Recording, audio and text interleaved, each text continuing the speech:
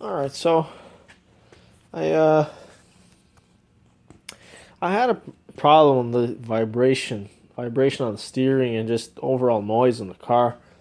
So I noticed that the rear wheels, you could actually see the white line and you could actually see the top of the tire, whereas in the front you couldn't actually see the line because the tire was so far up into the fender. So I sort of assumed that's what was causing the vibration, because if the tires are too far up, then caster camber and all the alignment, all that is all, all went to hell. Pardon me. So I took the fender off because I was just gonna figure out how to lower this, but I knew that this whole part was just rotted out, so I finally finished cutting everything out. And you know how I always tell you guys that whenever something bad happens, it's because it was badly done in the first place. So I'm actually going to show you guys why this whole thing rotted out. And it started with the little hole. Just get the light. Just that hole up there. That just after that pipe there. And what happens is, I don't know why these cars have this. Someday I might just remove this. I guess it just keeps the car cool. I don't know, but water comes in through here. The idea is that it exits here through these pipes here, one on each side. And, well, you're basically channeling water here like constantly. So they should have made this out of stainless steel, at least this part, or at least to the minimum have like a nice undercoating inside. And obviously they didn't, so water ended up settling, puddling here in one spot. Because that spot there I showed you guys, it's actually, there's like a lump, there's like a low spot there. Just some bad engineering, bad practices that lead to all this there. And obviously what happened over time is water started, dripping after it rusted the hole through there, under this part, like that hole there. Like it started rusting this part. This started falling to here, and obviously there's these inner fenders. Water just started collecting here, and then sure enough, rusted all the way down from there. And there you have it. So that's why I just hate little inner fenders. It's very bad. The more crevices you have, the easier it is for water to get in and start rust. The harder it is to paint. I mean, like, how the fuck am I going to paint something way down in there? So, and then of course, whoever had it before me, they said, welding's too hard. We'll just throw some rivets in, throw some of this garbage here, this foam, and some fiberglass shit, and just call it a day. And well, now we have alignment problems because of that little hole.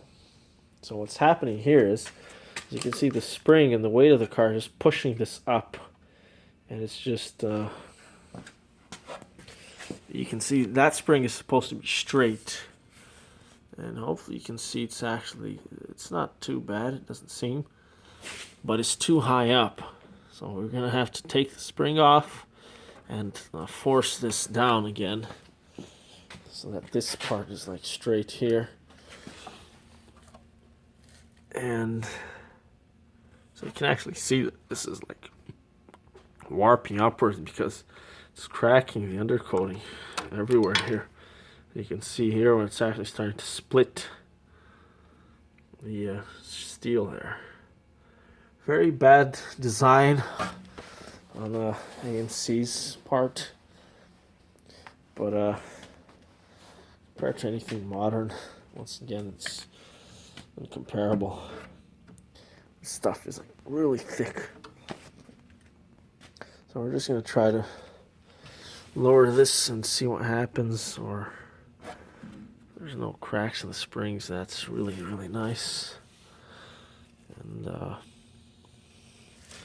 There, look at how much garbage I took out. You just put silicone in there.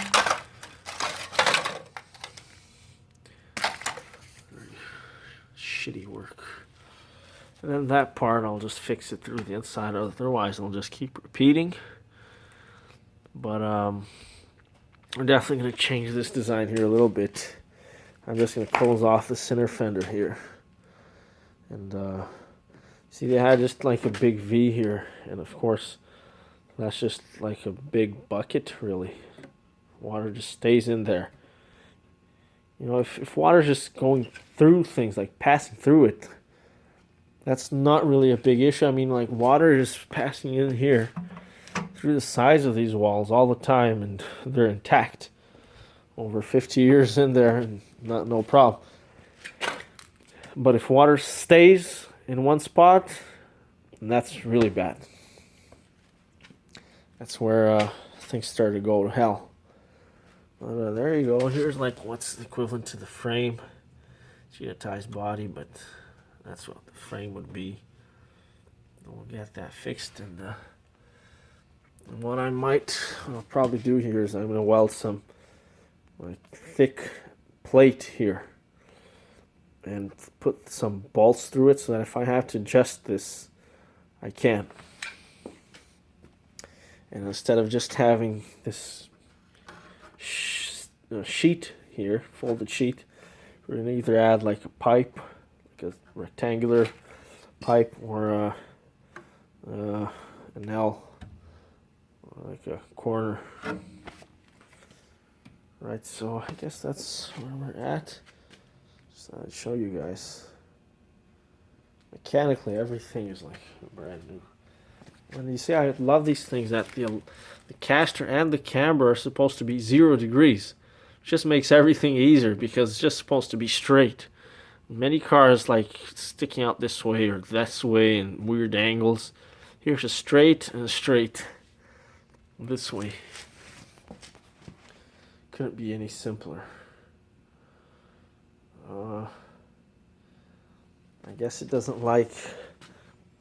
See, the bad thing about this being straight is that the force is going this way, like from the road. There's not much like suspension to resist it.